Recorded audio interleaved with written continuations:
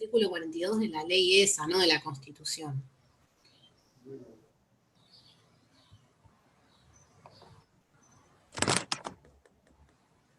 Buenas, ¿me escuchan? ¿Me escucha bien? Sí, se escucha. Buen día. Buen día, ¿cómo andan? La alegría que tienen, ¿no? Realmente me contagian. Realmente es contagiante. Párenle con la emoción porque ya me estoy... A ver. Seguimos con... Arrancamos con la ley, así aprovechamos lo más posible la clase. Nosotros nos quedamos, en la última clase vimos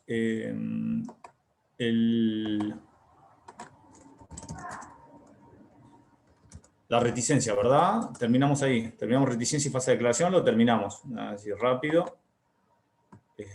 Después ustedes lean el articulado. Siguiendo con la línea de la ley, que la estoy abriendo en este momento, tenemos la póliza, artículo 11. Arranca la póliza, después de reticencia. ¿Estamos de acuerdo? Bien.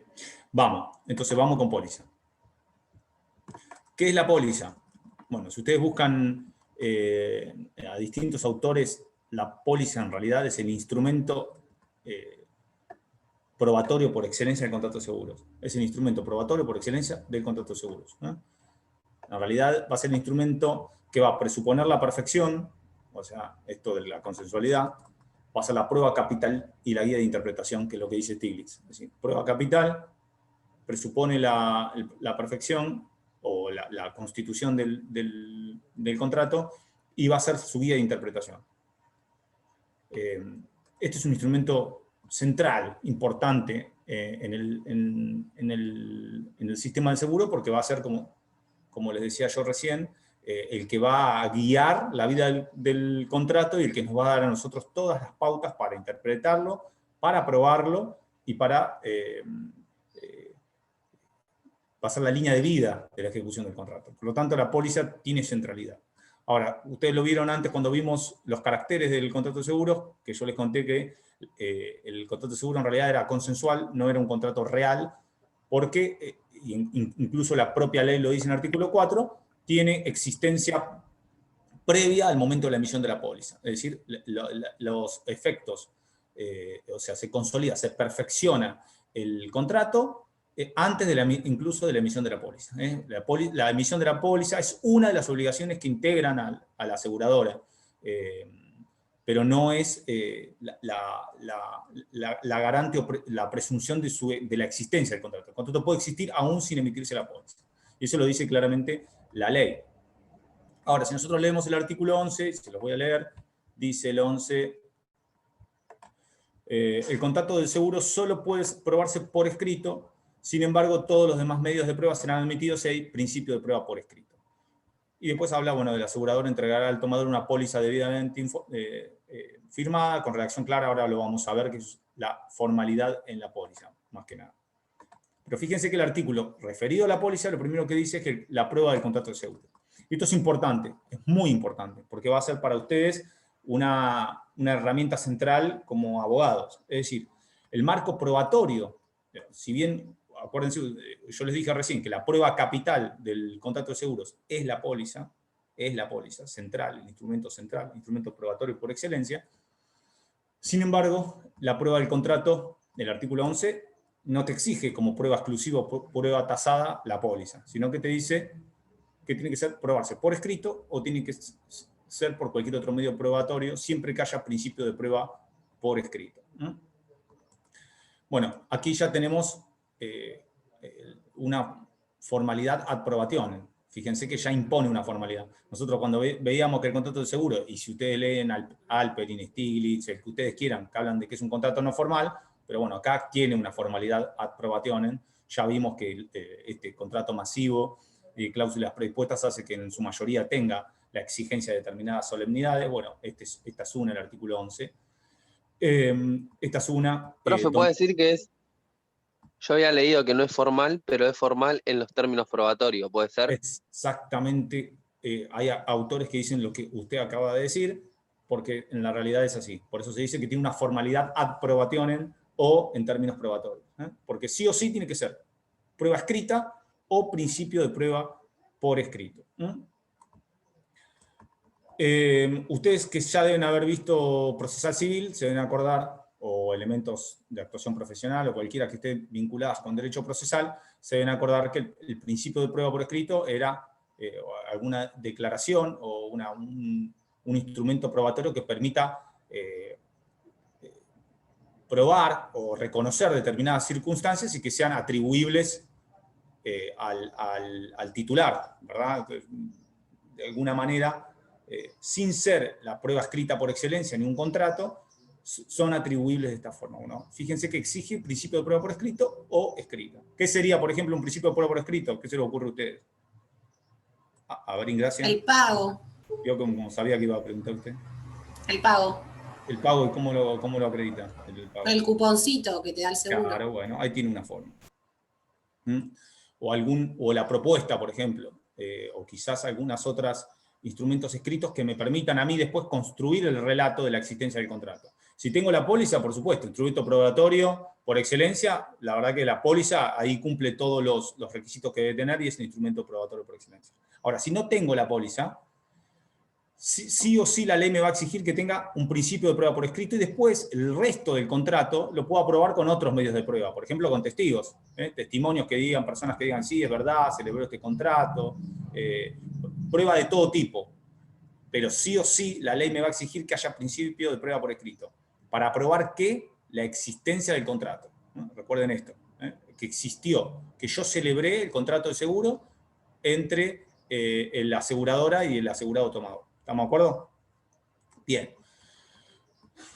Así que acuérdense, si se les preguntan cómo es el sistema probatorio, recuerden el 11 y el principio de prueba por escrito. Bien.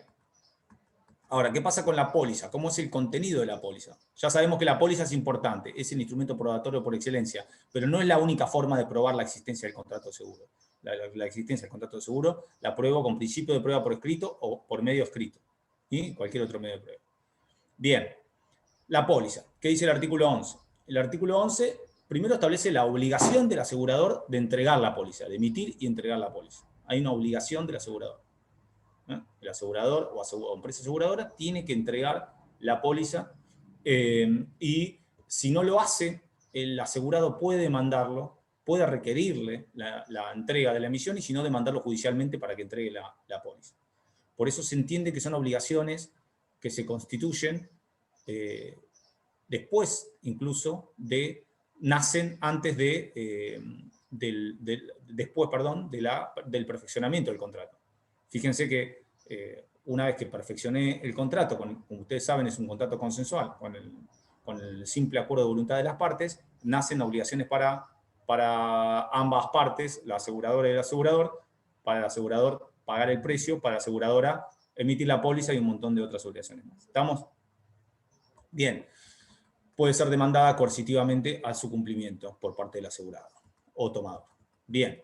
¿Cómo tiene que ser la póliza? ¿Qué dice el artículo 11? Tiene que estar firmada, por supuesto. Tiene que ser redactada en forma clara y fácilmente legible. Tiene que ser redactada en idioma nacional, sin oscuridad, sin confusiones, con premisas fácilmente comprensibles.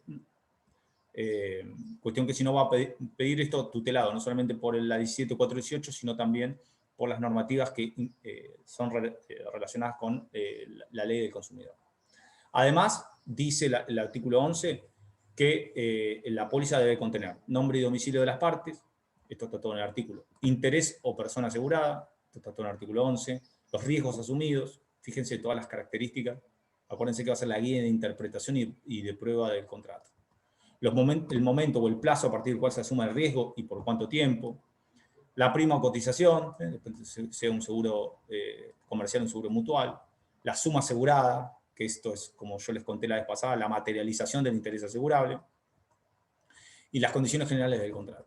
Bueno, aquí la estructura de la póliza nos establece tres tipos de condiciones que están, por supuesto, receptuadas aquí en el articulado. Tres tipos de condiciones. Las condiciones generales, las condiciones particulares modificatorias, condiciones generales, condiciones particulares modificatorias y condiciones especiales, ¿no? ¿Cuáles son las condiciones generales? Bueno, son las normas o reglas, las disposiciones que sirven para disciplinar la relación entre la aseguradora y la otra parte que adhiere. Acuérdense que ahí es un contrato de adhesión o de cláusulas predispuestas a la que yo lo pongo frente al asegurador o tomador y lo debe aceptar o rechazar, ¿no? Acuérdense la limitación de la autonomía de voluntad de las partes que existe en este tipo de contratos masivos. Ahí va a tener un rol importante la superintendencia de seguros, que va a tener que controlar y garantizar que sean equitativas, ¿eh? Y por supuesto se van a aplicar, como dije yo antes, la ley de seguros y la 22.240 y toda la normativa referente a la protección de los derechos del consumidor, ¿eh? Bien, porque es un consumidor de seguro. Con cuestiones distintas, acuérdense, porque esto es una ley especial que lo regula. Bien, condiciones particulares modificatorias, bueno, son aquellas las cuales las partes en realidad las pueden modificar en vista de una relación singular, ¿eh? Individualizaciones específicas y cosas que tienen que poner, ¿eh? Condiciones generales, después hay cuestiones donde uno consigna datos, digo, que van más allá de la generalidad, ¿eh? Y por último, las condiciones especiales. Y esto se da cuando son, en realidad, seguros o categorías particularizadas del riesgo en el sistema de seguro. Por ejemplo, la responsabilidad civil de los médicos, que tienen cláusulas especiales para ese tipo de riesgo, ¿eh? O, por ejemplo, los seguros vinculados con el agro, ¿eh? Que tienen tiempos, plazos, un esquema completamente distinto a otro tipo de seguros, ¿eh? Cláusulas bien especiales, que no son las genéricas, sino que son especiales para esa tipografía de riesgo, ¿sí? Entonces, cláusulas generales, particulares modificatorias y las cláusulas especiales. Cosas importantes para tener en cuenta respecto de la póliza. Primero, la exigibilidad. Exigibilidad de la póliza, lo hablamos antes. El asegurador está obligado a entregar la póliza, que se va a emitir en un solo ejemplar. Si esta no es entregada, el asegurado tiene, primero, algunas opciones. La primera es reclamar lo que se llama una nota provisoria de cobertura. Una nota provisoria de cobertura, que a mí me da la cobertura hasta tanto se emita la póliza porque es un documento importante. Entonces a mí me permite salir con una cobertura mientras estoy esperando la emisión de la póliza. O si no, puedo accionar, reclamar, exigir, primero extrajudicialmente o judicialmente para que se me haga la entrega efectiva de esa póliza. Bien. Segundo, cuestiones respecto a la póliza. Cuanto a su manifestación, cómo debe ser, su formalidad o su manifestación, su exteriorización. La ley exige, como lo vimos antes, que debe ser clara, entendible, sin oscuridades, sin ambigüedades, para evitar el error y la confusión del asegurado, ¿no? Entonces, está pidiendo claridad y buena fe, sobre todo porque aquí hay una cuestión de posición dominante, hay una de las partes que tiene superioridad del poder negocial, en el cual te pone un reglamento del que vos aceptás o rechazás. Por lo tanto, en ese accionar, la buena fe pasa a ser central, como es en todo el esquema del derecho del seguro, que lo vimos antes y que Alperín casi lo pone como un carácter, la buena fe, por la importancia que tiene en el sistema del seguro. Ahora, las cláusulas confusas se van a interpretar en contra del asegurador que las predispuso. Ahí va a estar el Estado, volvemos a verlo, a la Superintendencia de Seguros, la que va a tener que garantizar, evitar este tipo de contrataciones a la hora de analizar las formas de las pólizas predispuestas. Tienen que ser equitativas y se tienen que emitir como la ley exige. ¿Estamos? Y se va a aplicar, por supuesto, toda esta normativa más las disposiciones referentes tanto en este código como en las leyes especiales de defensa del consumidor. Bien. En cuanto a la formalidad de la póliza, bueno, la póliza se puede extenderse de tres formas: nominativa, a la orden o al portador. ¿Se acuerdan esto de lo mismo que ustedes estudiaron cuando vieron la carta de porte? Se puede emitir entonces en forma nominativa, a la orden o al portador. Lo que sí está claro, para que ustedes sí sepan que toda la doctrina, Alperín también lo dice, por si lo leen, dice que la póliza no se convierte en un título de crédito en este sentido, pero porque no es lo mismo que en el caso de la carta de porte, donde ahí tenemos la posesión de las mercaderías que se están transportando. Profe, ¿podés dar un ejemplo de pólizas de cada una de esas? Es una forma de cómo esté emitida. Una sería mi nombre, otra va a decir al Al vehículo, portador, a ponele. quien tuviese termina siendo los derechos derivados del seguro, el portador del que la póliza emitida de esa forma, el que tenga en su mano la póliza va a ser el portador de los derechos que son derivados del contrato de seguro, y nominativos a tu orden, a la orden es el que lo tenga y lo suscriba, ¿no? Como es igual que en el otro sistema. Entonces, nominativa a la orden o al portador son las formas de emitirlas. ¿Qué pasa si se roba y se destruye? Dice el artículo 13. Caso de robo, pérdida o destrucción, la póliza a la orden o al portador puede acordarse su reemplazo con prestación de garantía suficiente. Te la pueden reemplazar la que es a la orden o al portador, las que sí son destruidas o pérdida o robo. Ustedes se acuerdan que había una propuesta, se acuerdan que el sistema que establece el contrato de seguros, que es una propuesta la cual el asegurado hace a la compañía aseguradora, la aseguradora acepta o rechaza. Si acepta, queda ahí en ese momento perfeccionado esa propuesta, perfeccionada y convertida empieza a producir sus efectos a la espera de la emisión de la póliza. Ahora, el artículo 12 establece qué pasa, y leanlo después, si hay diferencias entre el contenido de la propuesta y el contenido de la póliza. Es decir, de esa propuesta, que ustedes se acuerdan que también es un formulario predispuesto, que la compañía de seguro te lo pone enfrente a ti para que vos hagas la propuesta de invitar, la compañía te invita a contratar y vos le haces la propuesta de seguro. En esa propuesta, es diferencia entre propuesta y póliza. ¿Qué es lo que sucede si es que existiría una modificación en cuanto a la letra de la propuesta y la letra final de la póliza emitida por la compañía aseguradora? Es decir, hay distintas variantes entre lo que yo propuse y lo que la compañía de seguros efectivamente convirtió en póliza y en instrumento de guía del contrato. Bueno, ahí por supuesto el asegurado o tomador puede aceptar expresa o tácitamente las modificaciones, puede impugnar pidiendo que se adecúe la póliza a la propuesta, que fue lo que efectivamente él manifestó su voluntad a la hora de celebrar el contrato, o puede rescindir el contrato. Eso está claro en el artículo 12, después léanlo. Cómo es que se materializa es muy cortito. Sería al revés de la reticencia o la falsedad de testimonio, de declaración, ¿o no? O sea, lo que podría ser el tomador, digamos. ¿Por qué dice al revés usted? Y porque en el otro caso es la aseguradora la que puede impugnarlo, readecuarlo, ¿no? No, en el caso... No, aquí mire, la diferencia es que en el caso de la reticencia o falsa declaración, yo mentí o falsamente declaré. Entonces hay un vicio de la voluntad, hay un error. Estamos contratando algo que yo no quiero contratar, compañía aseguradora. Aquí lo que hay es que el asegurador hizo una propuesta y la compañía aseguradora hizo modificaciones a esa propuesta que yo hice. Entonces, más que un vicio de la voluntad, quizás hay...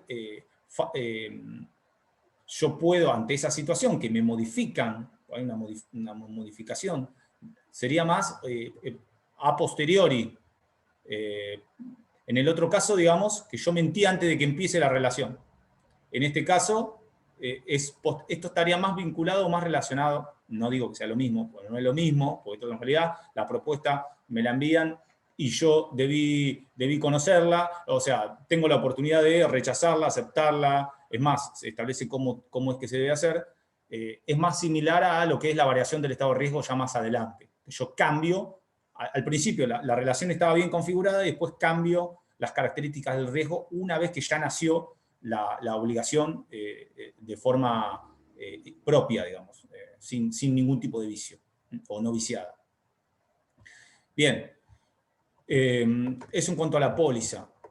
Siguiendo la letra de la 17.418, podemos ir al plazo. Además, yo estoy tratando de darle lo más rápido posible, lo mejor para que ustedes tengan. El plazo en el contrato del seguro. El plazo en el contrato del seguro como ustedes ven, está legislado en el artículo 17 del artículo 20, vamos a leerlo porque lo estoy buscando, dice el artículo 17, se presume que el periodo del seguro es de 1 año, salvo que por la naturaleza del riesgo la prima se calcule por tiempo distinto. Entonces, 1 año dice que sería el plazo del contrato de seguro. Aquí, ¿qué es lo que sucede? En realidad esto no es que es un plazo de ley como obligatorio de orden público, como pasa, por ejemplo, con la locación, el contrato de locación. Usted tiene un plazo específico de obligatorio cumplimiento, ya sean las locaciones para vivienda de familia o en las locaciones comerciales, que tiene ahí un plazo que por orden pública está establecido en el código. Aquí lo que hace la ley es establecer un posible plazo. Es decir, que si no existe, si las partes no pactan otro plazo que puede ser mayor o menor, el plazo que está de defecto, digamos, es el plazo de 1 año. O según la naturaleza. Es decir, no es obligatorio que el contrato de seguro tenga un plazo de 1 año, ¿no? Para analizarlo integralmente con todos los demás artículos. Lo que sí va a pasar es que si nada dice el contrato de seguro respecto al plazo, la ley va a presumir que el periodo que se pactó por 1 año o de un plazo menor o mayor según la naturaleza del riesgo. ¿Se entiende esto? Es decir, no es que estás obligado a 1 año. Si las partes pueden libremente, convencionalmente, pactar cualquier tipo de plazo. Ahora, si nada dice el contrato de seguro, se va a entender que es por plazo de 1 año o de un tiempo mayor o menor según la naturaleza del riesgo que se está pactando. Si la naturaleza del riesgo fuese para un plazo menor, puede interpretarse que puede ser menor. Así que el plazo del año es esa, es una presunción que las partes pueden, si las partes no han pactado otro plazo determinado o indeterminado, el plazo va a ser el plazo de 1 año, o de la naturaleza del riesgo. Bien, comienzo y fin de la cobertura, sigue el artículo del código, dice, la responsabilidad del asegurador comienza a las 12 horas del día en el que se inicia la cobertura y termina a las 12 horas del último día establecido, salvo pacto en contrario. Bueno, lo mismo, fíjense, este sistema lo hace para poder saber cómo es que se inició y finalizó las coberturas y de qué manera da la ley por iniciada, por finalizada la cobertura a la hora de tener que llevar adelante algún reclamo. Eso establece fácil, es algo procedimental. Bien, el artículo 18 habla de la rescisión en el contrato de seguro. ¿Cómo rescindo? Ustedes saben cuál es en un contrato, la rescisión, ¿cuál es? ¿Cuándo rescindo un contrato? Rescisión. Y por ejemplo, en el de seguro, ¿no sería cuando dejo de pagar, por ejemplo? No, a ver, dejar de pagar no es rescindir un contrato, no, en ningún contrato. Pero es cuando voluntariamente quiero darle fin al contrato. Exactamente. En realidad, si nosotros vemos, parecido a lo que dijo la compañera Frost, la rescisión es la finalización anticipada del contrato. Cuando yo, antes del cumplimiento, puse un plazo de 1 año, o el plazo que a ustedes se les ocurra, y quiero terminarlo, finalizarlo, rescindirlo antes del plazo que nos pusimos contractual. ¿Estamos de acuerdo? Eso es una rescisión habitualmente en el derecho. Bien. Ahora, ¿se puede rescindir en el contrato de seguro? Sí, el artículo 18 lo dice. ¿Se puede rescindir sin expresar causa alguna? O sea, sin expresión de causa. Bueno, así lo dice el artículo 18, lo vamos a leer, dice el artículo 18, segunda parte, no obstante el plazo estipulado, con excepción de los seguros de vida, podrá convenirse que cualquiera de las partes tendrá derecho a rescindir el contrato sin expresar causa. Si el asegurador ejerce la facultad de rescindir, debe dar un preaviso no menor de 15 días y reembolsar la prima proporcional por el plazo no corrido. Si el asegurado opta por la rescisión, el asegurador tendrá derecho a la prima devengada por el tiempo transcurrido según las tarifas de corto plazo. Entonces, fíjense, ¿qué dice aquí el artículo? Sea que el plazo sea legal de 1 año o plazo indeterminado o determinado o convenido por las partes pueden incorporar en el contrato de seguro una cláusula de rescisión obviamente anticipada, porque si pasó el plazo y se terminó, no es una rescisión. Entonces, la rescisión anticipada sin expresión de causa, salvo en el seguro de vida. Fíjense ahí, vuelve a tener importancia el bien social y de dignidad humana que tiene el sistema del seguro de las personas. Bueno, en los demás te da la posibilidad de poder rescindir sin expresar causa antes de que termine, esta culminación anticipada. Ahora. ¿Lo tiene que decir en las cláusulas, profe? ¿Sí o sí lo tienen que pactar en una cláusula? Como yo te leí recién, el artículo 18, sí, dice, que no obstante el plazo, y con eso, podrá convenirse que cualquiera de las partes tendrá derecho a rescindir el contrato sin expresión de causa. Ese podrá convenirse, en el análisis, digamos, literal o terminológico, que en el derecho es importante cuando legislás, el podrá convenirse significa que las partes tienen total discrecionalidad de acordar la rescisión anticipada, ¿eh? Y que pueden ponerlo en forma contractual, ¿eh? Y ya lo habilita en términos jurídicos. Bien. Ahí establece un sistema. Primero, el preaviso para la aseguradora. La aseguradora tiene que preavisar, ¿eh? Lo dice claro, ¿eh? El preaviso de 15 días,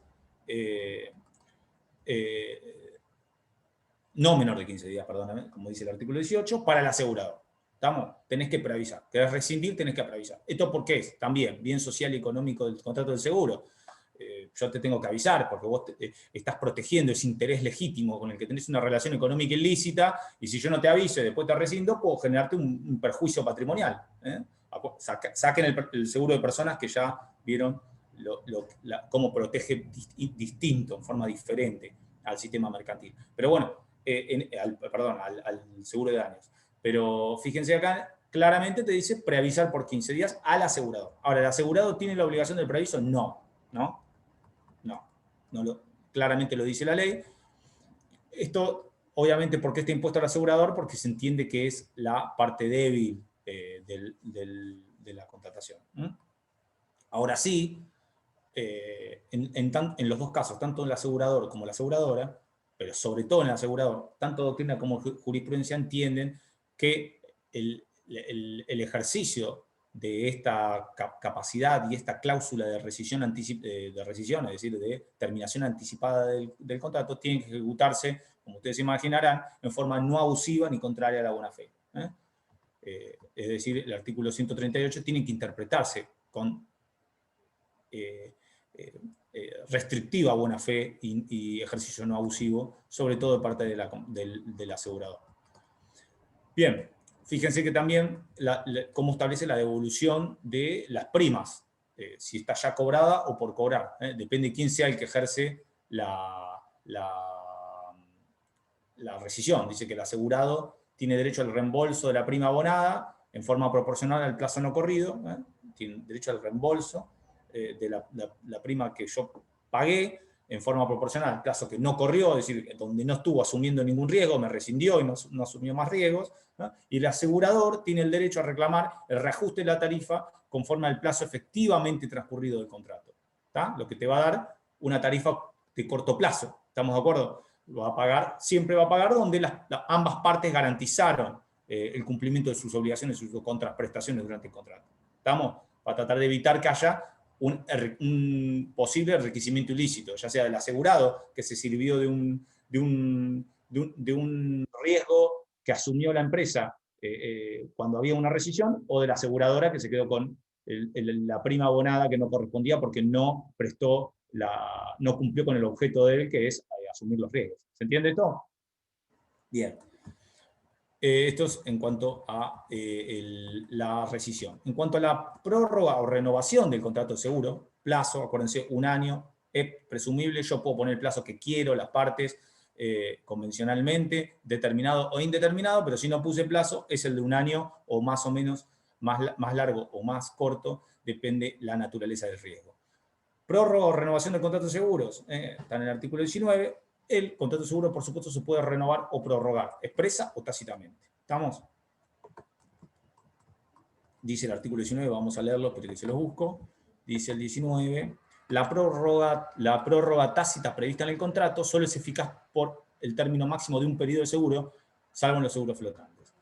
Por plazo indeterminado. Cuando el contrato se celebre por tiempo indeterminado, cualquiera de las partes puede rescindirlo de acuerdo al artículo 18, la rescisión. es lícita la renuncia de este derecho de rescisión por un plazo determinado que no exceda de 5 años.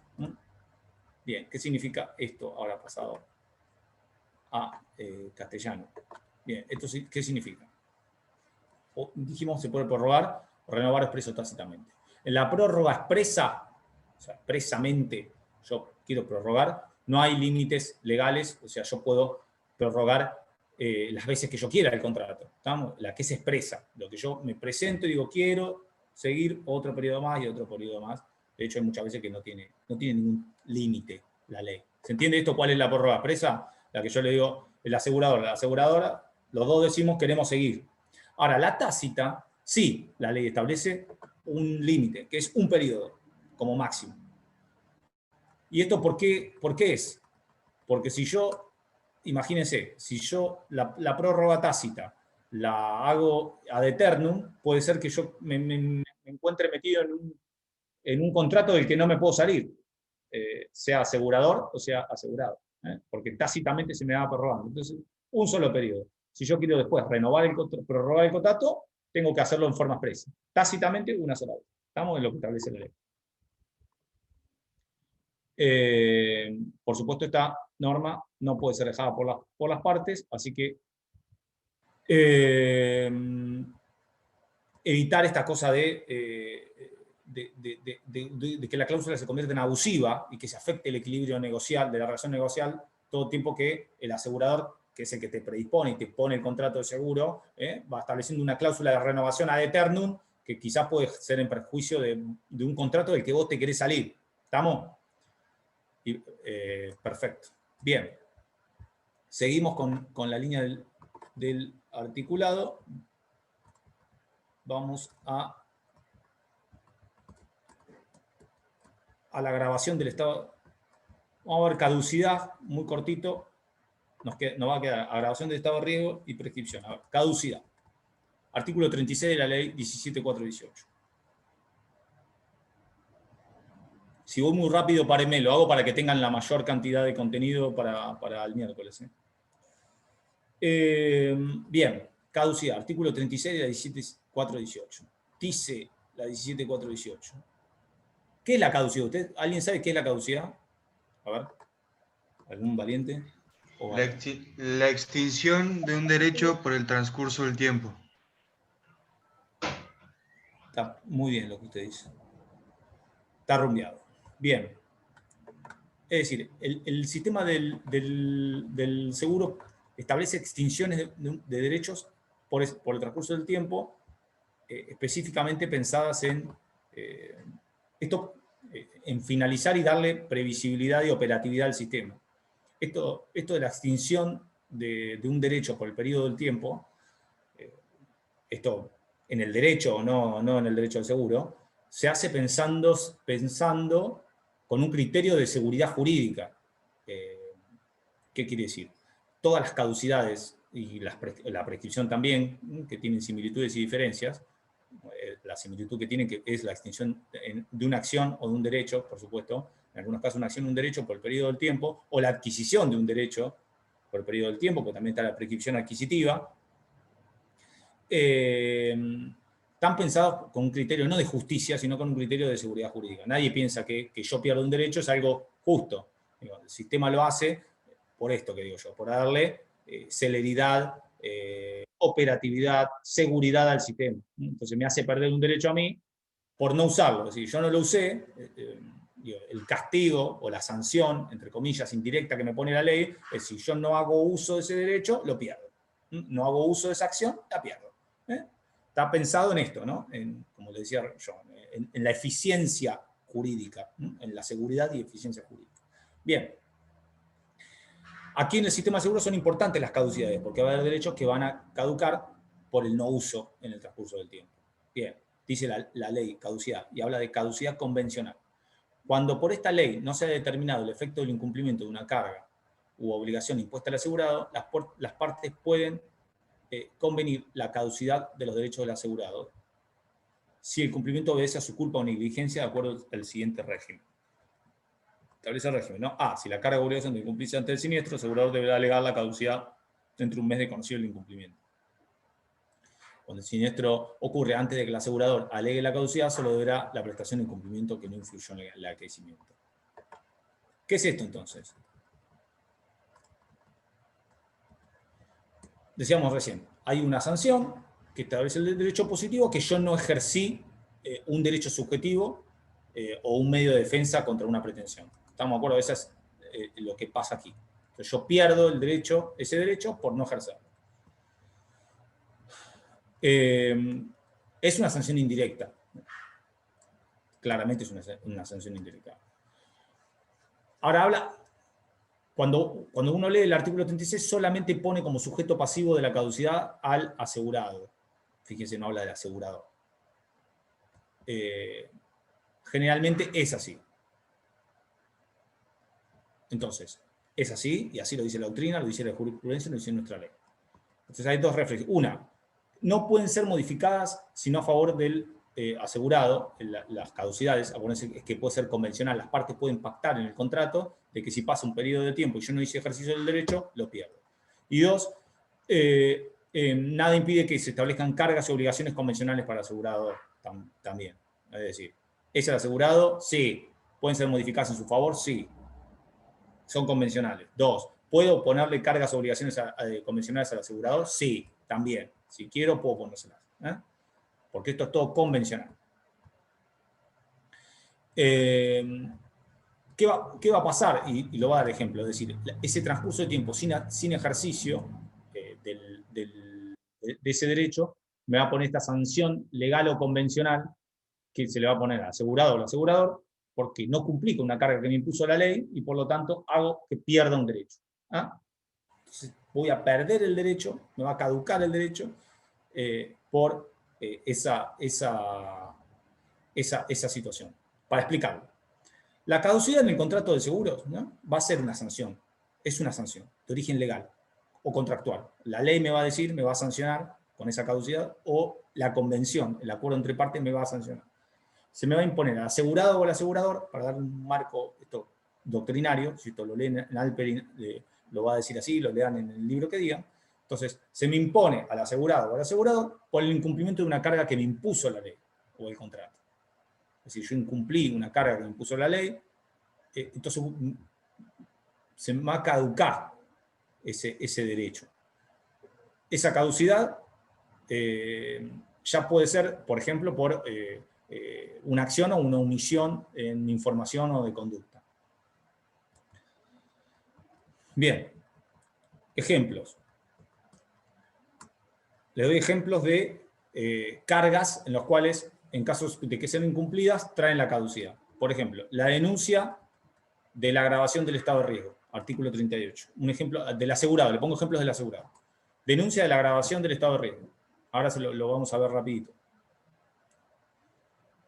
Es decir, si yo no denuncié la agravación del estado de riesgo, mi incumplimiento me va a hacer suspender la cobertura y rescindir el contrato. Denuncia del siniestro. También me trae una sanción indirecta. Si no denuncio el siniestro,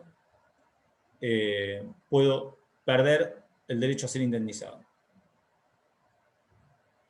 Denuncia la agravación del estado de riesgo, entonces denuncia el siniestro. Otra carga que contrae la caducidad de un derecho del contrato de seguros, la carga de no autoprovocar la autoconsumación o autoprovocación del daño. Es decir, yo mismo provoco el daño, convierto el riesgo en siniestro yo mismo. Autoprovocación del daño. Puede acarrear, por supuesto, en este caso lo mismo, el derecho a no ser indemnizado y la liberación de la obligación por parte de la aseguradora. Evitar o disminuir el daño, que es otra de las obligaciones que va a tener. Lo mismo, evitar o disminuir el daño. Lo mismo, de ser probado, por supuesto, me puede acarrear una liberación proporcional de la indemnización. Es decir, la proporción en la indemnización puede ser menos por evitar o disminuir el daño. Lo mismo, por ejemplo, en no observar las instrucciones que me da la aseguradora. Otro ejemplo de caducidad de un derecho.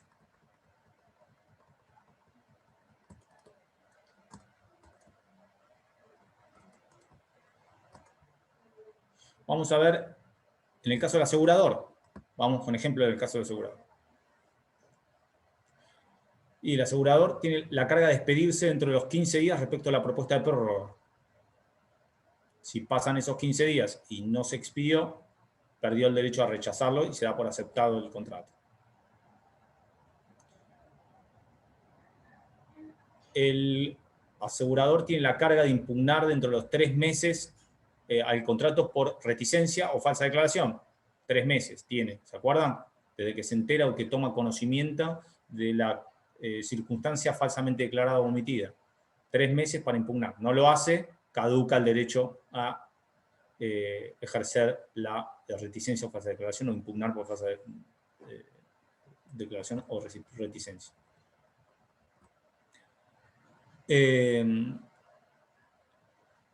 Tiene la carga de notificar la intención de rescindir por haber tomado conocimiento de una agravación del estado de riesgo. Si conoce que el asegurado agravó el estado de riesgo, tiene la carga de rescindir. Si no lo hace, pierde el derecho a hacerlo.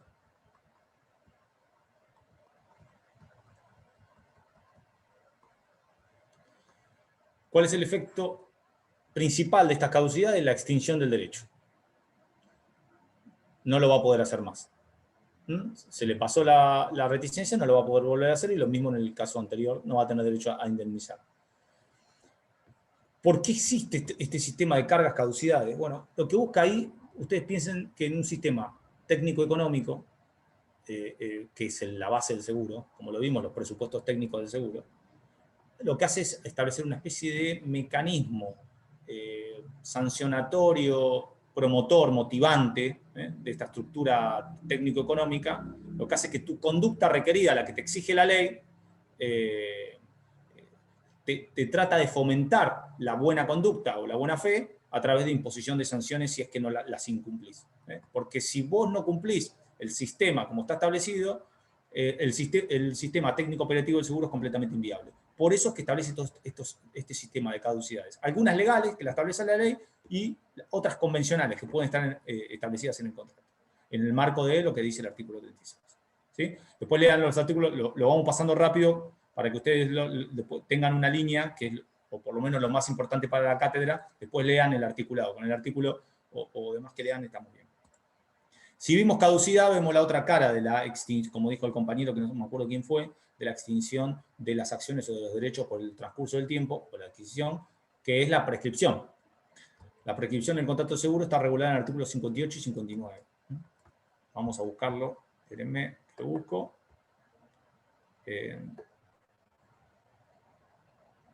Piqui. Artículo 58 y 59.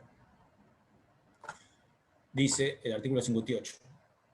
Las acciones fundadas en el contrato de seguro prescriben en el plazo de 1 año, computado de que la correspondiente obligación es exigible. ¿Estamos? Las acciones derivadas del contrato de seguro prescriben a 1 año, contados a partir del momento en cual de que la obligación es exigible.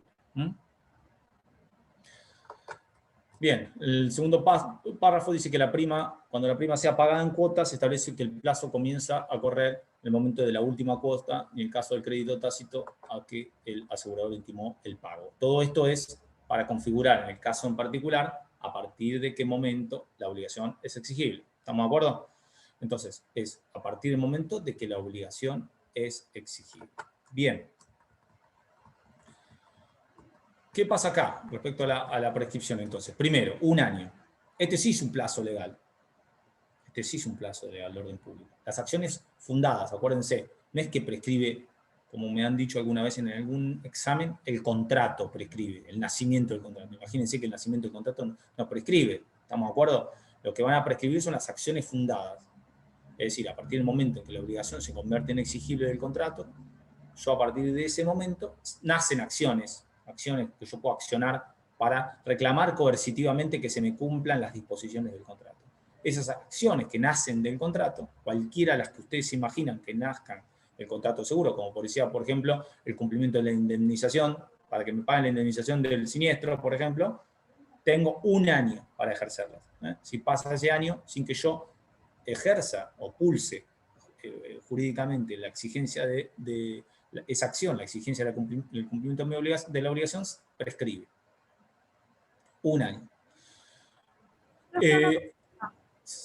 ¿Alguien hace una pregunta? Perdón.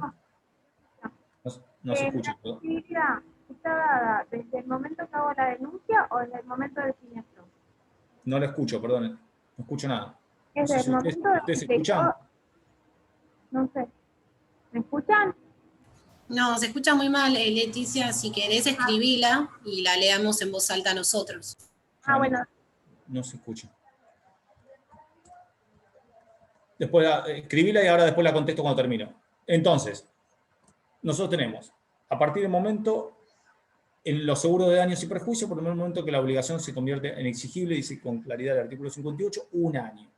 Bien, ¿qué pasa en el seguro de vida? En el seguro de vida, la prescripción se computa a partir del momento que se conoce el beneficio. Y la ley le pone el límite de 3 años contados a partir del siniestro. El momento en que se conoce el beneficio. El momento en que se conoce el beneficio. En el caso del seguro de vida es otra la prescripción. Bien, volviendo a lo que dice el artículo 59. Esta ley establece un plazo de prescripción que es de orden público. No se puede abreviar el plazo de prescripción ni tampoco fijar otros plazos de acción judicial. Profe, no entiendo eso que dijiste recién. ¿Cómo desde que se conoce el beneficio? Yo, por ejemplo, tengo un accidente. ¿Es desde el momento del accidente yo ya sé que me va a indemnizar el seguro o tiene que ser una vez que hago la denuncia y me dicen, bueno, te vamos a... Seguro de vida, No, pero estoy con el primero todavía, por la pregunta que veo ahí. Perdón. El beneficio es del seguro de vida. Claro, la indemnización. Hablo de, por ejemplo, el ejemplo primero que dijiste, de un siniestro. El seguro, a partir de que la obligación se vuelve exigible. ¿Cuándo se vuelve exigible en un choque? En el caso por ejemplo, depende de quién sea, de la mirada de la aseguradora, son acciones que salen del contrato de seguro. Si es de obligaciones que son para el asegurado o de obligaciones que son de la aseguradora. Si es obligación, por ejemplo, el típico ejemplo sería la aseguradora, a partir del momento que se produjo el daño y surge la obligación de resarcir, ¿estamos de acuerdo? De indemnizarte. A partir del momento en que se produjo el daño, yo tomé conocimiento del daño, se produjo, y nace la obligación de resarcir, a partir de ese momento, así como nacen obligaciones de resarcir, también nacen acciones mías para exigir el cumplimiento de la obligación, ¿estamos de acuerdo? De que me pague, que me indemnice. A partir de ese momento de que se produjo y la obligación se convierte en exigible. Por ejemplo, lo que te dice, va a depender del tipo de seguro. En el seguro de daños común es a partir de que se produjo el daño. Se produce el daño, a partir de ese momento nace la obligación de resarcir, entonces a partir de ese momento surgen todas las acciones derivadas del seguro. Entonces yo voy a tener que probar eso. Si pasa un año desde que se produjo el daño, de que yo tenía la obligación de exceder y que no pulsé y no accioné, pasó un año, a partir de ese momento voy a tener, prescribe si yo no hice nada. Es decir, se produjo el daño, yo no reclamé nada, y pasó un año y no hubo ningún tipo de reclamo ni acción judicial mía, va a prescribir la acción. Disculpe, profesor, una consulta. ¿En la compañía no tiene que conocer la ocurrencia del evento como para poder ser exigible? Porque si transcurre un año pero yo no denuncio el evento, no se torna exigible. Perdón, que se escuchó medio mal. ¿Usted qué dice? ¿Ahí me escucha? Ahí sí. Claro, recién dijo que si pasó o sea, que es a partir de la ocurrencia del evento, pero si la compañía no toma conocimiento de la ocurrencia de ese evento, por más que transcurra un año, o sea, no se torna exigible. Vamos de vuelta. Yo dije, a partir de que la obligación es exigible. Eso dice el artículo. Perfecto. Después, vuelvo a decir, si usted quiere que le recuente toda la operatoria de vuelta, se la cuento. Es decir, a partir de que se produjo el siniestro y producido el siniestro, se completan todas las obligaciones para constituir la exigibilidad de la obligación en los términos del contrato de seguro. Y a partir del momento de que la obligación se encuentra exigible, a partir del momento de la exigibilidad de la obligación, empieza a correr el plazo de prescripción. No había escuchado. Todos los requerimientos que tiene el contrato. No, lo simplifiqué, pero bueno, a veces uno hace un ejemplo para que se entienda. Pero por supuesto yo quizá erróneamente sobreentiendo que la parte de denuncia, quizá usted ya la leyó, y que sabe cuándo es el momento en que queda exigible la obligación en los términos del seguro. Pero bueno, sí, quiere decir eso, sí, por supuesto. A partir del momento en que queda trabada y que la obligación se deviene inexigible. Por ejemplo, en los seguros de responsabilidad civil, ¿cuándo es exigible la obligación? Usted, Bianco, por ejemplo, que sabe de seguro. No sé tanto. ¿Cuándo es exigible? ¿En responsabilidad civil? Sí, Desde seguro de responsabilidad civil. Desde que se notifica, desde que se anoticia a la aseguradora. Claro. ¿Qué va a decir? Desde que se anoticia a la aseguradora, usted dice que queda trabado. ¿Empieza a ser exigible la obligación? Depende para quién. No, en realidad. Depende de, claro, depende desde qué lado lo miremos. O sea, la compañía tiene que tener conocimiento de la ocurrencia del evento. Si no, eso es una causal de exclusión. No tomar conocimiento en el tiempo que establece el contrato. Escuche, esto es importante. Acá estamos hablando de prescripción. Ojo. Entonces estamos hablando específicamente de cuándo prescribe las acciones derivadas del derecho de seguro. Bien. En este caso específicamente, lo que la ley, y por supuesto la interpretación que hace la jurisprudencia en términos de los seguros de responsabilidad civil, 3 años, ¿no? Comienza 3. A partir de la reclamación judicial del tercero damnificado. Por eso, claro, por eso tiene 3 años. A partir de la reclamación judicial del tercero damnificado, pues por supuesto son parte del contrato de seguro, el siniestro, y para el asegurador el momento inicial de cumplimiento de sus obligaciones. Bien. Ahí va a ser, y está establecido, armonizado el artículo 58 con el 109. Generalmente lo que va a decir ahí, la armonización dice el 109, se los voy a buscar, que es específicamente responsabilidad civil. Dice el 109...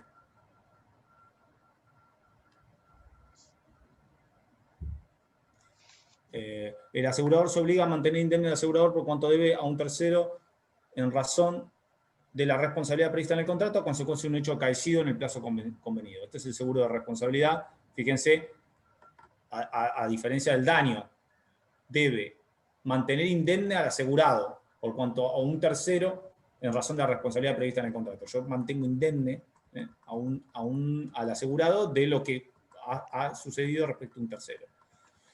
Por eso es el seguro de responsabilidad civil, que a veces se le denomina contra terceros, digamos, en la forma habitual del sistema operativo del seguro. No, aquí va a exigir un pronunciamiento judicial del tercero damnificado para que pueda nacer el plazo de prescripción, es decir, tornar la obligación exigible. Es decir, el tercero obtiene un pronunciamiento judicial respecto al daño ocasionado a él, lo que hace nacer, lo que torna exigible la obligación. ¿Se entiende esto? Sí, ahí entendí. Lo que dice es que la exigibilidad en este caso se va a dar cuando presente el reclamo del tercero, digamos. Sí, en realidad, cuando haya pronunciamiento judicial firme. Claro, bien. Ahí entendí, sí. Entonces, acuérdense, acá lo que estamos hablando nosotros es cuando prescribe las acciones que me surgen del contrato. Cuando prescriben las acciones que me surgen del contrato. Es decir, vamos a suponer, en este caso que estamos diciendo, si pasa un año desde este pronunciamiento judicial que digamos, categoriza el daño ocasionado, si pasa un año y yo no accioné ningún tipo de medida de reclamación en el contrato de seguro, va a prescribir. ¿Estamos de acuerdo? En el otro caso, lo mismo, digo, que no configura la obligación exigible del cumplimiento del resarcimiento del daño, con todas las exigencias que el contrato establece.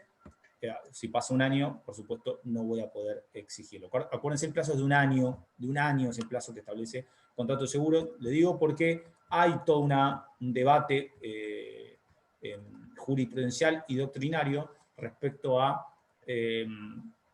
si en el contrato de seguro corresponde el plazo de prescripción del seguro o si en el contrato de seguro corresponde el plazo de prescripción que está establecido para la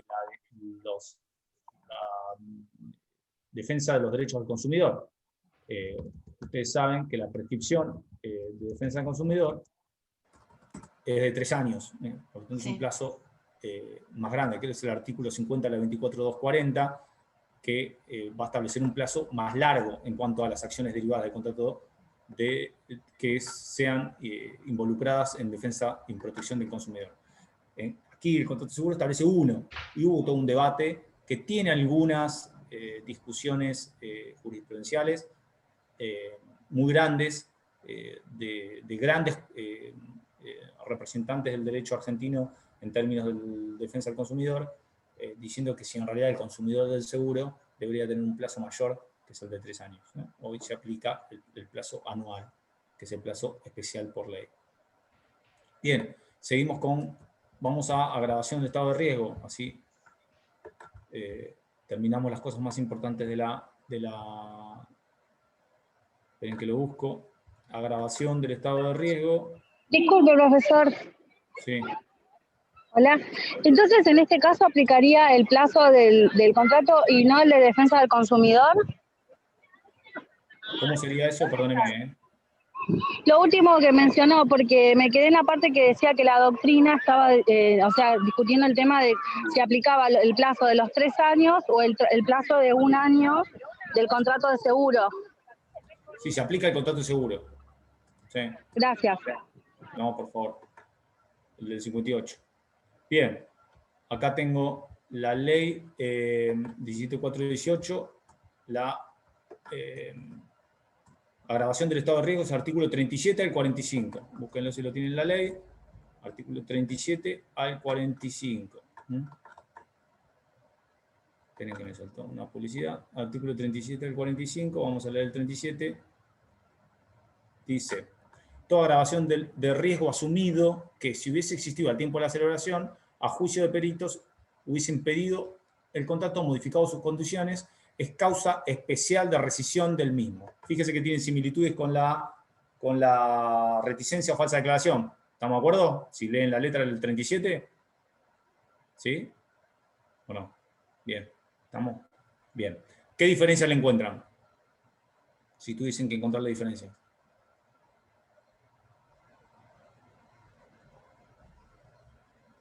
A ver, Herrera ahí que se pone tan profundo mirando para arriba. ¿Me puede repetir, profe, la discusión? Ah, bueno. Sí. Pensé que me iba a decir, me iba a dar la respuesta, me había emocionado.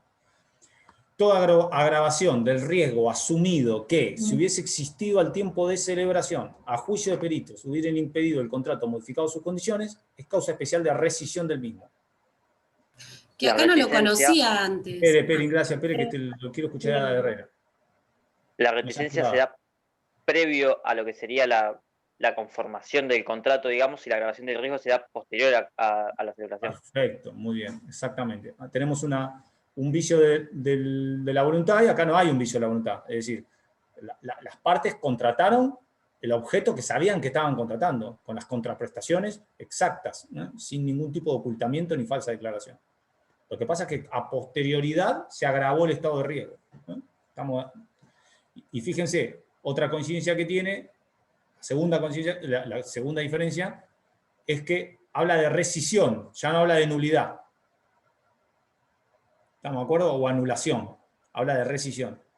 No habla de anulación, sino que habla de rescisión. Por lo tanto, ¿por qué? Porque no es que va a dejar de tener efectos al momento de la sanción, sino porque no es un vicio de la voluntad, sino que va a poder rescindirse el contrato. ¿Estamos de acuerdo? Vamos a ver que no es el único efecto de rescisión. Bien. ¿Puede repetir que se me cortó? Claro, la primera es la que dijo el compañero Herrera. La segunda diferencia, que vamos a ver más igual, es que aquí es una causa especial de rescisión, dice el artículo 37.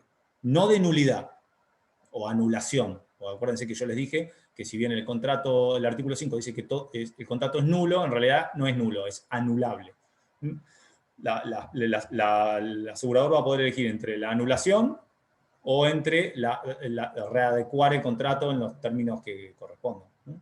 De las disposiciones reales del verdadero estado de riesgo. Bien, agravación del riesgo. Volvemos. Nosotros vimos ahí, para esto hay que entender qué es el estado de riesgo, ¿estamos de acuerdo? Ustedes saben que el estado de riesgo es una especie de estado, dice Stiglitz, habla de un estado de hecho concreto, ¿no? Dice que hay como un estado del presente donde yo determino las posibilidades o los riesgos que atacan a la persona o al bien. ¿Estamos de acuerdo? Un estado de hecho donde yo puedo más o menos determinar cuáles son los riesgos que van a influenciar o poder recaer sobre ese bien o esa persona, que influye, ¿no? Muchas circunstancias que van a influir sobre el riesgo y que pueden provocar el siniestro. Esto hablábamos antes de los índices de siniestralidad. La cantidad de accidentes que existen en una ciudad, por supuesto, me van a dar, son cosas que influyen sobre el riesgo y que van a poder hacer que con mayor probabilidad que se produzca el siniestro. Bien. Nosotros vimos además que hay un montón de presupuestos técnicos que son fundamentales para el sistema. Entonces, si se altera alguno de los presupuestos y todo, como establecimos los distintos elementos constitutivos del sistema del seguro, elementos operativos, hace colapsar o hace modificar todo el régimen económico financiero del sistema del seguro.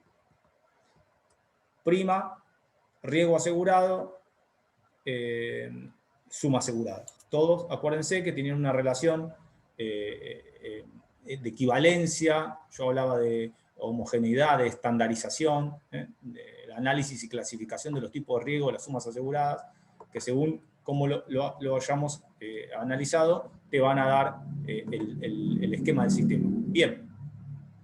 Ahora, el riesgo, estamos de acuerdo que ese estado de hecho concreto que dice Alperin no es algo inmodificable. ¿Estamos de acuerdo? Las circunstancias que influyen al riesgo pueden modificar todo el tiempo. O sea, puede pasar, digo, que aumenten o que disminuyan. Entonces, la doctrina lo que va a dividir es de lo que son las modificaciones del estado de riesgo previsibles y de las que son las imprevisibles, ¿no? Las previsibles, o sea, las obvias, las previsibles, generalmente modificaciones del estado del riesgo previsibles. Generalmente en el sistema del seguro las asume el asegurado. La aseguradora, disculpen. Las previsibles generalmente las asume la aseguradora. Porque son previsibles, son obvias. Entonces, por lo tanto, con todo el esquema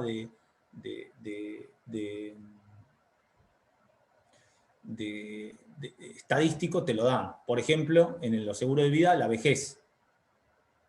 O en un seguro de daños, el deterioro normal de las cosas.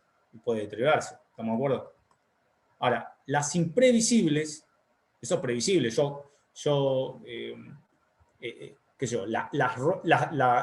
En un automóvil las gomas pueden gastarse. ¿Estamos de acuerdo? Es una cosa obvia, es previsible eso. Lo que no es previsible es que le caiga un rayo arriba. Pero que las gomas se gasten es previsible. Ahora, las imprevisibles sí atacan el sistema del seguro y ponen en jaque al asegurador, ¿no?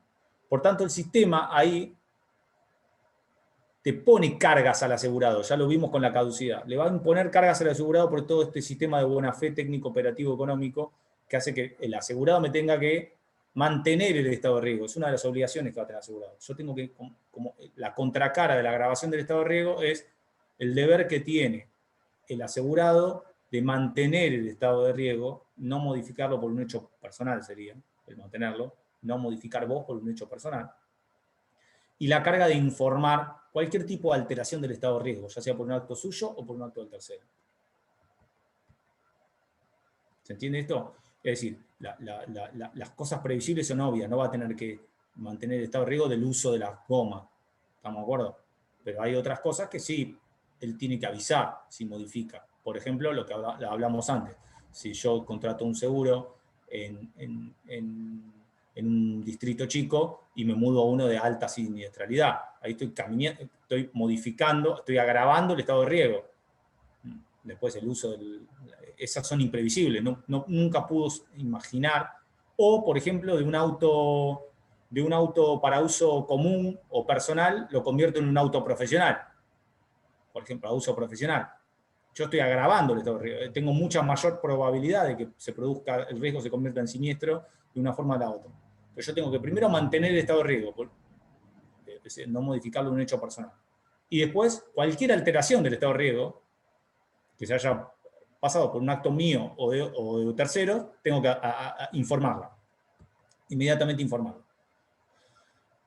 ¿Por qué la tengo que informar? Porque una vez que cambia el riesgo, cambio todo el sistema de seguro. Acuérdense, está todo concatenado. Está atado con la prima, la suma asegurada, todo está atado al riesgo. Entonces, si yo cambio el riesgo, estoy cambiando la suma asegurada, estoy cambiando todo el sistema de seguro. Entonces, yo, para estar las diferencias, yo al momento en que contrato, entonces, declaro más o menos con el cuestionario y se construye cuál es el verdadero estado de riesgo en el que se encuentra el bien o la persona que estoy contratando. Si ese estado de riesgo cambia, si miento o omito, hay reticencia. Si cambia hacia adelante, ya sea por un hecho mío o por el de un tercero, lo que tengo que evitar que cambie. Y si cambia, porque cambia, lo que tengo que hacer es informarle a la compañía aseguradora para que se hagan las adecuaciones necesarias. Que si la aseguradora y el asegurado lo aceptan, continúan el contrato, y si no, se rescinde. Si no quieren continuar con el contrato en esas características, con esas condiciones, se rescinde. ¿Se entiende la explicación más o menos cómo es la lógica de la grabación? ¿Sí? ¿No? ¿Más o menos? Bueno, vamos que sí. Bien.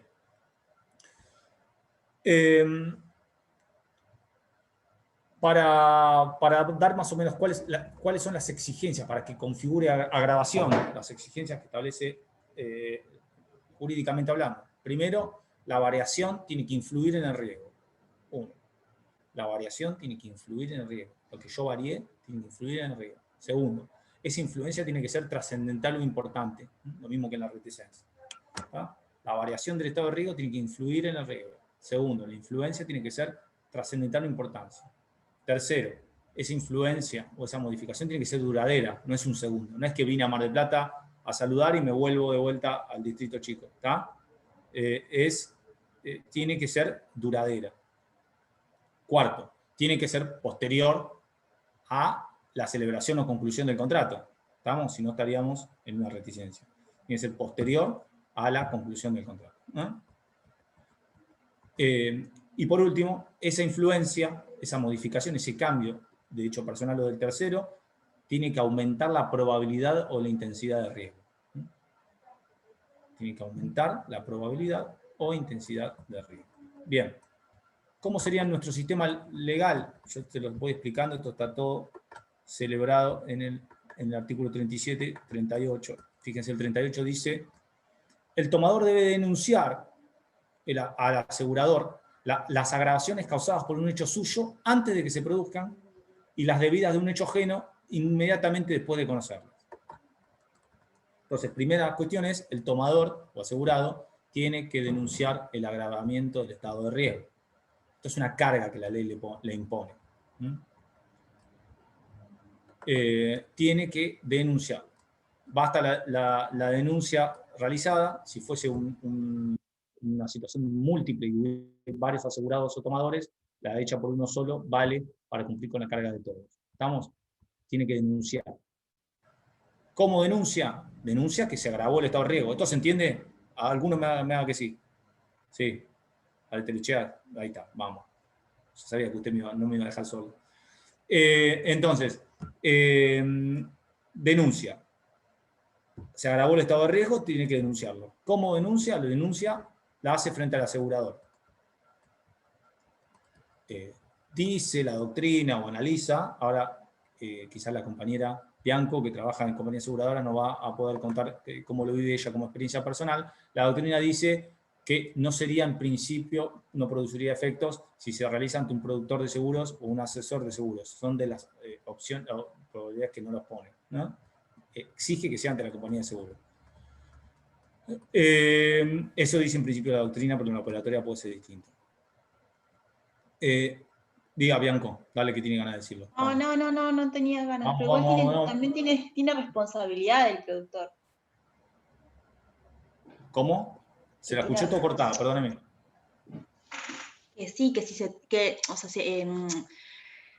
que la compañía, si toma conocimiento, ya está, sea como sea. A ver, si vos tomaste conocimiento y la póliza sigue asegurada, tenés que cubrir el riesgo. Bueno, lo mismo que dice usted, dice Tiglis, pie de casa, dice lo mismo. ¿Qué dice de lo que dice usted? En realidad. Pero no lo digo yo, hay que pagar. No, está bien, pero está bien. Hay que cubrirlo. No. Pero lo mismo que dice usted lo dice Tiglis y se aplica de esa forma y hay fallos jurisprudenciales y costumbres, si se quiere, jurídica en el sistema del seguro. Dicen ¿qué van a decir? En realidad vos generás una especie de teoría de la apariencia o imagen de empresa, aún en aquellos agentes de seguros que no revisten representación en términos específicos de representación. Entonces generás una imagen de empresa que por lo tanto la persona pudo entender o debidamente entender, sin ser un especialista del seguro, que cumplía la obligación de la denuncia con denunciarla también al productor de seguro. Bien. Y si no lo pagás, Defensa del Consumidor te lo hace pagar igual porque se entiende que hay un abuso de una relación de consumo. Exactamente. Bien. ¿Cómo pruebo la toma de denuncia? ¿Cómo pruebo de que denuncié? Denuncia presentada por escrito con acuse de recibo de la empresa aseguradora del productor de seguros, etc. Si tuviese que ir a Defensa del Consumidor, como dice la compañía Bianco, voy a probar de esa manera de que yo efectivamente presenté la denuncia, etc. Bien. ¿Cuáles son los efectos que produce el agravamiento del estado de riesgo? Acuérdense, dice, de un hecho personal antes de que se haga. Es decir, si voy a ir a vivirme, ¿cómo sería? Con el ejemplo de este pavo que ponemos siempre de en un distrito chico y Mar del Plata por el índice de siniestralidad, si yo me voy a ir a vivir a Mar del Plata, tendría que avisarlo antes de hacerlo, dice el artículo 37. Hecho propio, ¿estamos de acuerdo? Si es un hecho de un tercero, yo tampoco puedo adivinar. Entonces lo que tengo que hacer es, inmediatamente una vez que tomo conocimiento, denunciarlo. ¿Estamos? Bien. ¿Cuáles son los efectos del agravamiento del estado de riesgo? Fíjense que acá, nuevamente, como analizamos en la reticencia o falsa declaración, habla de juicio de peritos. Profe, ¿puedo hacer una pregunta, perdón, con lo anterior? Cuando es el seguro para un auto, ¿no? Un seguro de automotor. En el caso de que yo tengo entendido que lo maneja una persona que no tiene cédula azul del auto. Y entonces, no sé si esto es así, pero dicen que no te lo cubre el seguro. ¿Eso es un caso en el que se deduce que hay un riesgo, hay una modificación del riesgo, por eso no lo cubre o no tiene nada que ver con esto? No. Ahora, eso es violatorio a otras cuestiones que hacen a las resoluciones de los contratos de seguro. Porque vos, ¿por qué agravaste el estado de riesgo? ¿Qué diferencia hay entre un conductor y otro conductor? No sé, lo di, pero me lo dijeron varias veces. Eso involucra... Es una infracción municipal, eso no tiene nada que ver. No, pero ella sabe a qué se refiere. Sí, por supuesto que es una infracción municipal, pero ¿sabe a qué se refiere, Bianco? Que si la persona, piensa en un seguro de daños, ¿qué disposición puede haber respecto a por ejemplo, si el conductor conducía en estado de ebriedad, o si hay algo que involucre que la autoprovocación del siniestro en las condiciones que se encontraba? Me imagino que debe ser eso. Ella dijo de la cédula azul, por eso. Una autorización, eso es una autorización para conducir, no tiene... Claro, es provincial esa. A ver, la realidad es que hay, o sea, las compañías, hay compañías que buscan también... por supuesto. Métodos de exclusión que después no son sostenibles. Hay compañías que le piden la BTV y no tiene nada que ver con nada. O sea, eso después... Hay dos mundos, que seguramente Bianco se lo puede explicar mucho mejor, pero digo, hay dos mundos entre lo que es, primero, toda la reclamación extrajudicial del seguro y hasta el momento en que se judicializa. Porque después las compañías de seguro actúan con operatorias similares a las operatorias con las que actúan las compañías, las obras sociales. Es decir, lo que dice la compañera Bianco, tienen métodos para desgastar la reclamación del titular del contrato de seguros para, digamos, lograr que vos te canses y que no reclames. O sea que en principio no tendría nada que ver si lo maneja una persona que no tiene cédula azul y choca, el seguro tiene que cubrir igual. Depende de qué seguro, gracias. Usted está yendo ya al caso muy en concreto, va a depender de qué seguro tiene, que es una responsabilidad de civil. No, un seguro de auto. Pero va a depender de un montón de cosas que no están vinculadas con la grabación del estado de riesgo. Está bien, pensé que era eso. Si quiere, de última después lo hablamos, nos mandamos un mensaje, si me deja terminamos este y después seguimos. Entonces, volviendo a la grabación del estado de riesgo, el principio general, volvemos a decir, es hay que denunciar la grabación y por otro lado, juicio de peritos es para demostrar que no se hubiese contratado o que se hubiese contratado en distintas condiciones. Acuérdense, lo mismo que se establecía para la reticencia. Lo dice el artículo 37 también. Es decir, la diferencia que hay entre que si yo, lo que el perito va a decir es que yo no hubiese contratado o hubiese contratado en otras condiciones de saber que se iba a agravar el estado de riesgo. ¿Estamos? Eso es para determinar, ¿saben qué? La trascendencia o la influencia que tiene lo que yo agravé, si es mínimo, es decir, si fuese mínimo, es otra realidad muy distinta a la de la rescisión específicamente hablando. ¿Ahí qué va a poder hacer el asegurador? ¿Cuáles son los efectos? Rescindir. Puede rescindir. Dice el artículo 37, causa especial de rescisión del mismo. Dice. Ahora, esto es una potestad, es una posibilidad. Puede rescindir. No es obligatorio la rescisión, sino que es facultativo. ¿Qué va a poder elegir? Ahí en realidad en los efectos va a poder rescindir o readecuar. O incluso mantener las mismas condiciones. Por las mismas razones que le dije la vez pasada respecto a la reticencia o falsa declaración. Por motivos de competitividad. Es decir, va a poder rescindir, va a poder readecuar el contrato o va a poder incluso continuar en las mismas condiciones. Bien. Entonces decíamos, si efectúa la denuncia en tiempo y forma, el asegurador va a poder rescindir, puede adecuar o mantener. Si no lo denuncia, si no denunciase, no cumpliese con la carga de la denuncia, el asegurador, producido el siniestro, deberá invocarlo y probarlo para liberarse o en su caso, o puede en su caso renunciar expreso o tácitamente a ese derecho. ¿Estamos? Es decir, es central en este proceso del estado de agravación del estado de riesgo, la denuncia, ¿no? La denuncia del hecho, ya sea de un hecho personal o de un hecho propio del tomador. Esto está regulado, lo vamos a leer, artículo 40. Dice, bueno, para el 39 dice, cuando la agravación se deba a un hecho del tomador, la cobertura queda suspendida. El asegurador, en términos de 7 días, debe notificar su decisión de rescindir. Es un hecho, yo lo denuncio, aviso que voy a cambiar, que me voy a modificar de lugar. Vuelvo a decir, los ejemplos que pongo son tontos para que se entiendan, no es que es el ejemplo exacto y que puede tener 1.000.000 de variables en el caso concreto.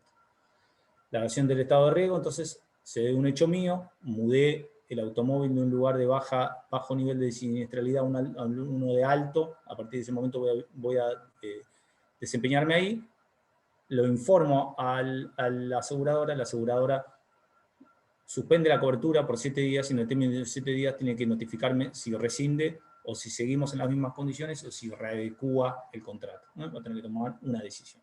Es en el hecho propio del tomador. ¿Qué pasa si el hecho es ajeno al tomador? Es un hecho de un tercero. Dice el artículo 40. Cuando la agravación resulte un hecho ajeno al tomador, o si éste debió permitirlo o provocarlo por razones ajenas a su voluntad, el asegurador deberá notificarles su decisión de rescisión dentro del término de un mes y con el previso de 7 días. Se aplicará el artículo 39 si el riesgo no se hubiese asumido con las prácticas comerciales del artículo del asegurador. Por un hecho ajeno, distinto en cuanto a es un hecho propio del tomador. Y establece las diferencias.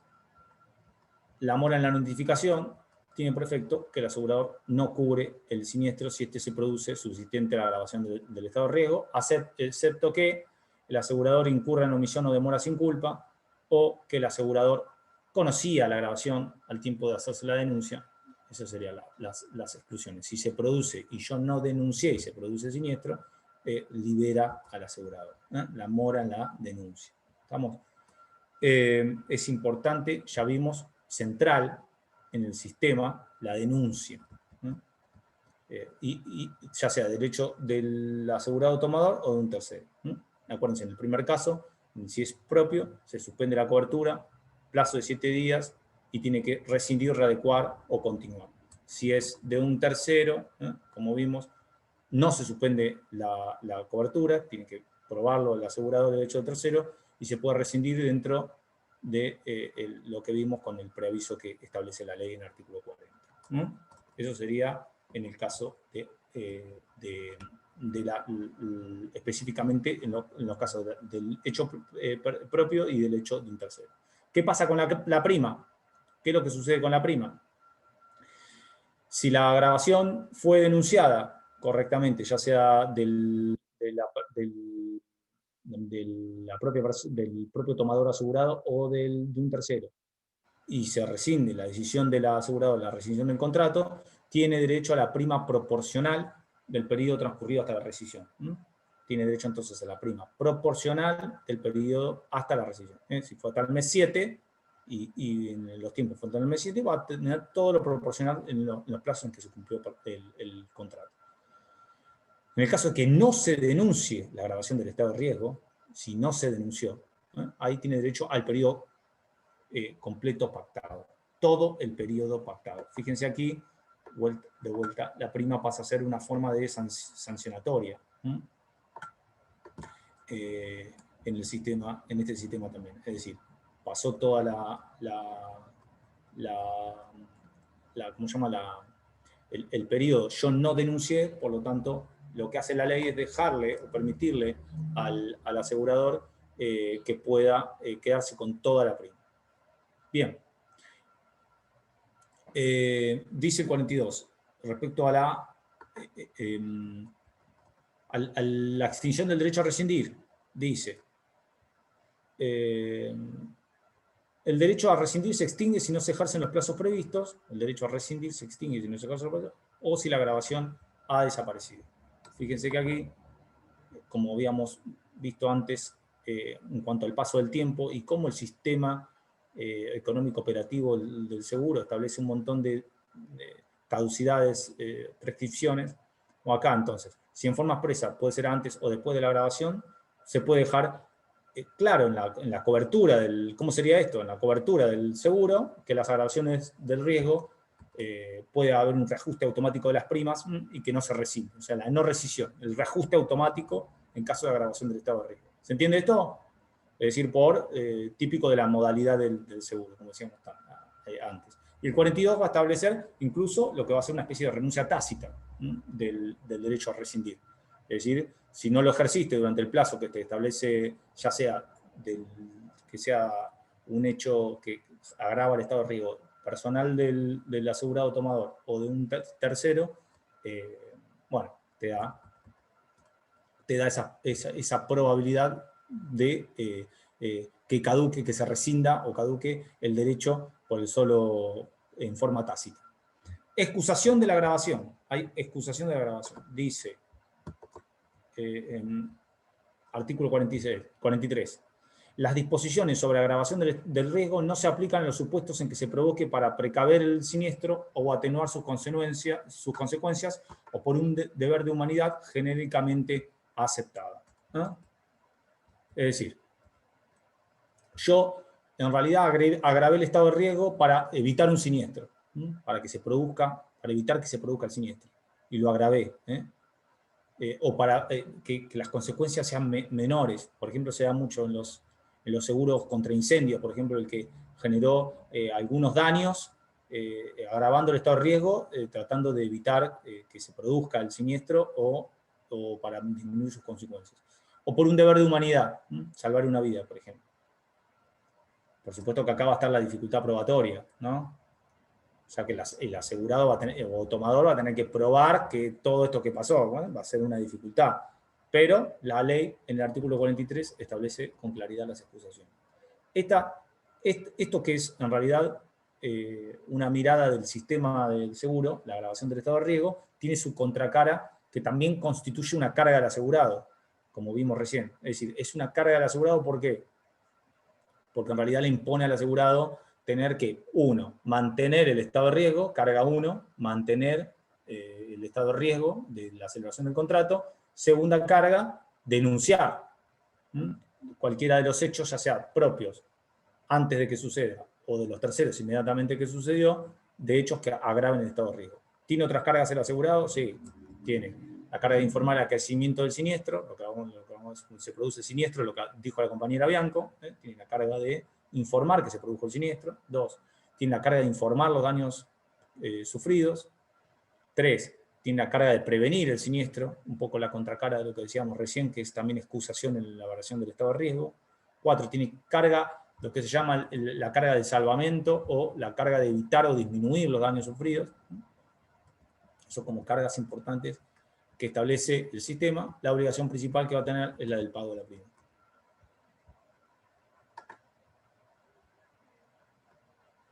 Si les parece ahí, más o menos vimos bastante, pudimos, quizás que es lo más importante, la parte general, lo demás lo pueden leer de Alperin y la ley, 17418. Péguenle una ojeada. Profe, de artículos de la ley, ¿cuáles serían más o menos los fundamentales? ¿Hasta el 45? Y especialmente la parte general, no, hasta el 45 no. ¿Usted habla de 59. esto o habla de todo? No, de la ley, de la 17418. Y especialmente hasta el 59, es decir, toda la parte genérica, que le vamos a poner especial atención. Lean la 22400 y la 20091, son leyes muy cortitas, tienen 10 artículos, 15, 20 artículos. La 22400 son la ley que específicamente habla de los productores de seguros y del sistema de los que son agentes o intermediarios en el sistema de seguro. Esa es la 22400. La 20091, yo ya se las dije desde el primer clase, es la que establece, digamos, el rol estatal o público en el sistema del seguro, que sería la superintendencia de seguro, cuáles son las empresas que están permitidas, por supuesto, sociedades anónimas, mutuales y cooperativas, quiénes son los que pueden operar en el sistema de seguro. Son todas leyes muy cortas, de 15, 20 artículos, no más que eso, leerlas, sobre todo el funcionamiento, no en el caso de la especificidad de cuestiones complicadas, sino saber más o menos cuáles son las entidades que están autorizadas para moverse en el sistema de seguro y cuáles son los agentes, la diferencia de agentes intermediarios que el seguro establece en la 22400. De la 17418, como le dije recién, hasta el artículo 59, que es la parte general, que es donde más vamos a centrarnos, dada la dificultad de la virtualidad y de la imposibilidad quizá de tomar un examen más lógico y de lo que tendríamos en la presencialidad. ¿Alguna más? Profe, yo paso una consulta sobre el parcial. Perdón. Pérez, ahora después. Sí. Pérez primero y después Ingracia. Vamos. Está bien. No, quería consultarle si más o menos sabían quién iba a tomar en qué horario, porque yo estoy muy complicado con el tema del trabajo y no creo que me den todo el día, como para más o menos poder acomodarme. Yo le había mandado un mensaje por el campus, pero no sé si le había llegado. Fernández Puente arranca a tomar a las 3 de la tarde, ¿verdad? Está puesta la lista, pero no dice el horario. Empieza a las 9 de la mañana y va por lista, dijeron. Los Sirion dijo que le mandemos un mail si tenemos problemas de trabajo, yo le mandé, pero no sé si lo recibió porque no los contestó. Claro, yo estoy con la misma eventualidad, tengo que pedir o a la mañana o a la tarde. Por eso le preguntaba si estaba usted a la mañana o a la tarde, como para más o menos tener una guía. Seguramente vamos a estar todo el día tomando, no tengo inconveniente en tomarles en forma indistinta, el que quiera rendir en otro momento, no hay inconveniente, no tengo problema. Si quieren mañana ¿quiénes son los que quieren tomar en otro horario? A ver, cuénteme. Usted, Pérez, ¿en qué horario le gustaría rendir? No, yo tengo que pedir un turno, sí o sí, o a la mañana o a la tarde, no me van a dar todo el día, por eso yo le consultaba le había escrito por Dígame, mensaje. dígame, ¿qué prefiere? Diga ahora, ¿qué prefiere? ¿Usted toma a la mañana o a la tarde? Porque Bueno, última yo dígame estoy usted. hablando con usted. ¿A la mañana? Lo que usted diga, ¿a la mañana quiere? ¿A qué hora? Si se puede a la mañana. ¿A qué hora? No, me dan toda la mañana. El tema es que yo elija a la mañana o a la tarde. Yo si voy a la mañana tengo ¿Quiere que rendir entrar acá primera? a A las las 4 de 9, la tarde. 9 y 10. 9 y 10. Perfecto. Bueno, listo, Pérez. Rinde 9 y 10. Muchas gracias. ¿Alguien más quiere rendir en algún horario? Sí, yo ¿Necesita también algún- le mandé el mail a la profesora, pero no sé si lo recibió porque no Pero no me importa, contestó. olvídese del mail, Bianco. A ver, olvídese. ¿A qué horario quiere rendir usted? A la mañana también porque tengo que pedir un rato en el trabajo, Usted es pero Bianco. yo soy Bianco igual, o sea, igual voy a rendir a la mañana. Va a dar a la mañana. Pero bueno, Bianco a la mañana. Bueno, ya tengo, estoy anotando acá. Sí, pero Pérez, digo que igual por lista también va a ser. Profe, yo en cualquier horario, pero tendría que ser a partir de las 11:30, puedo todo el resto del día, porque a esa hora puedo salir del trabajo. Pérez, Bianco. Bueno, perfecto. O sea, cualquier horario después de 11:30. Ok. ¿Qué más? Supongo que no voy a Profesor, llegar. Sí. ¿Qué más? profesor, en mi caso yo le mandé un mail a la profesora también, yo puedo siempre en el horario de la tarde. Y también le quería hacer una Claro. consulta. No la veo. Sí, soy Ruiz Marisa, ¿me escucha? Ahora sí, sí. Perdón, estoy en el aire libre y hay mucho viento. Y está en la playa. Sí, estoy con mi familia y me tuve que poner un ratito acá con el Zoom. ¿Qué le iba a decir? Yo no estoy en el listado, yo le pregunté a Gonzalo del SET y me Sí, dijo que ya me había hablaron dialogado de con visión usted. alumno, Ruiz. Ya me Ay, hablaron de- gracias, profe, porque me había agarrado un ataque ayer cuando no estaba, dije, ya veo que no puedo rendir. Y Así yo que no va a la playa había de pedido, la amargura que agarra. casi que no me voy a la playa, me puse muy mal ayer cuando no me vi en el Me listado. imagino. Y claro, como usted, yo tengo un problema con el reconocimiento, bueno, etcétera. Y yo le pedí a la doctora para rendir a la tarde, Ya me después de hablaron, las 3. quédese tranquilo, ya me hablaron del Centro Estudiante de División Alumnos, eso se soluciona después, que yo le tome con una nota mía pidiendo que se incorporen en el listado. Ya está arreglado, quédese tranquilo. Muchas gracias, profesor. Y bueno, si se puede tomar a la tarde, en mi caso sería ideal, porque trabajo a la mañana. Y sí, métase a la tarde, no hay ningún problema. No vamos a tener. Gracias. Vamos a tratar de hacer igual que un examen común en la facultad, que el que yo tomo. Si te pido el nombre, no estás, y después te tomo cuando estás, no hay ningún problema. Ah, eso yo quería preguntar, no es que van a tomar lista a las 9, ¿no? No suelo tomar. ¿No rindió oral usted ya? Sí, profe, pero siempre me toman lista al horario del oral y después me llaman cuando me toca. Ay, ¿y quién le toma lista? Yo no. Bueno, nunca rendí con usted, pero el resto de los profesores todos me tomaron lista. Pero en comercial le tomamos lista usted, no. Nunca rendí comercial oral. ¿Ah, no? Es la primera vez que la oral? curso. No, fue multiple choice. Ah, cierto. No tomo lista. Empiezo con el listado, empiezo a hacer entrar a los que están en condiciones de rendir, digamos, que les correspondería por la lista, y si alguno, ahora que yo tengo a Bianco y a Pérez que quieren dar a la mañana, le voy a tomar a los dos a la mañana. Y a usted a partir de las 11. 11:15, por ahí, así. 11:30. Yo que cursé. Sí. ¿Quién? Yo que rendí el cuatrimestre pasado, estaba tomando usted y Sí. Mauriño, y a la mañana me parece que íbamos 1 por 1, algo así. Yo no le Algo tomé así lista. era. No, me parece que no. Habían pasado un listado y como iba al listado iban pasando a uno.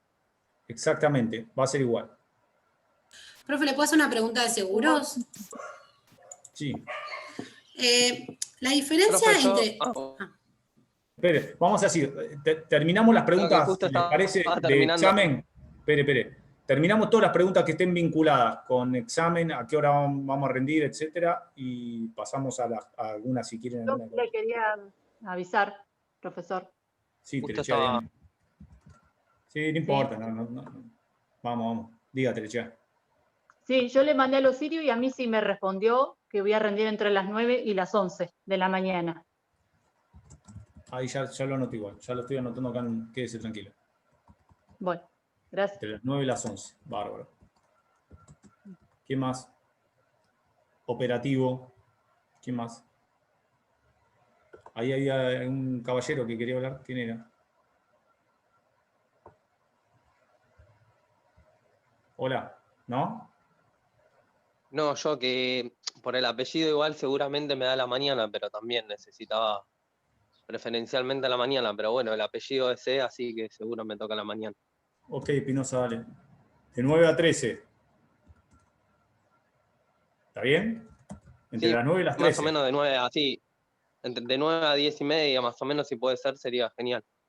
Y Más pasa o que menos ya a tengo, esa hora. un montón. Tengo tomado los turnos como la peluquería, Pinoza. Estoy medio complicado. Tengo un Yo montón, porque no voy a trabajo, llegar. vio, también. Intento, perdóneme si no llego, pero primero en el tiempo, primero el derecho, ¿vio cómo es eso? Ya tengo varios que ya lo puse ahí. ¿Qué más? Dale, listo, genial. ¿Estamos? ¿Cerramos? ¿Listo? A ver, Ingracia, ¿qué iba a preguntar usted? Con respecto a la prima y cotización, siempre me quedó una duda, que depende si es un seguro comercial o mutual que se le llama prima o cotización, ¿es esa? Exactamente. Sí, Sería prima comercial y cotización mutual. sí, exactamente. Bueno, era eso nada Y más. beneficio en los seguros sociales, como por ejemplo los sistemas de jubilatorios. Bueno, o de Pero vida, a ¿no? nosotros no nos importa porque no hace a la seguridad social, no a nosotros. Pero mutuales, cotización, seguros comerciales, todos los comerciales, prima. ¿Estamos? Vayan a la playa, salvo Ruiz, que ya está. Nos vemos, disfrútenlo, hasta luego, estudien, no sean Chao, chantas, les profe. pido por favor. Y nos vemos el miércoles. Chau, chau. Gracias, profe. Gracias, adiós. Gracias, profesor.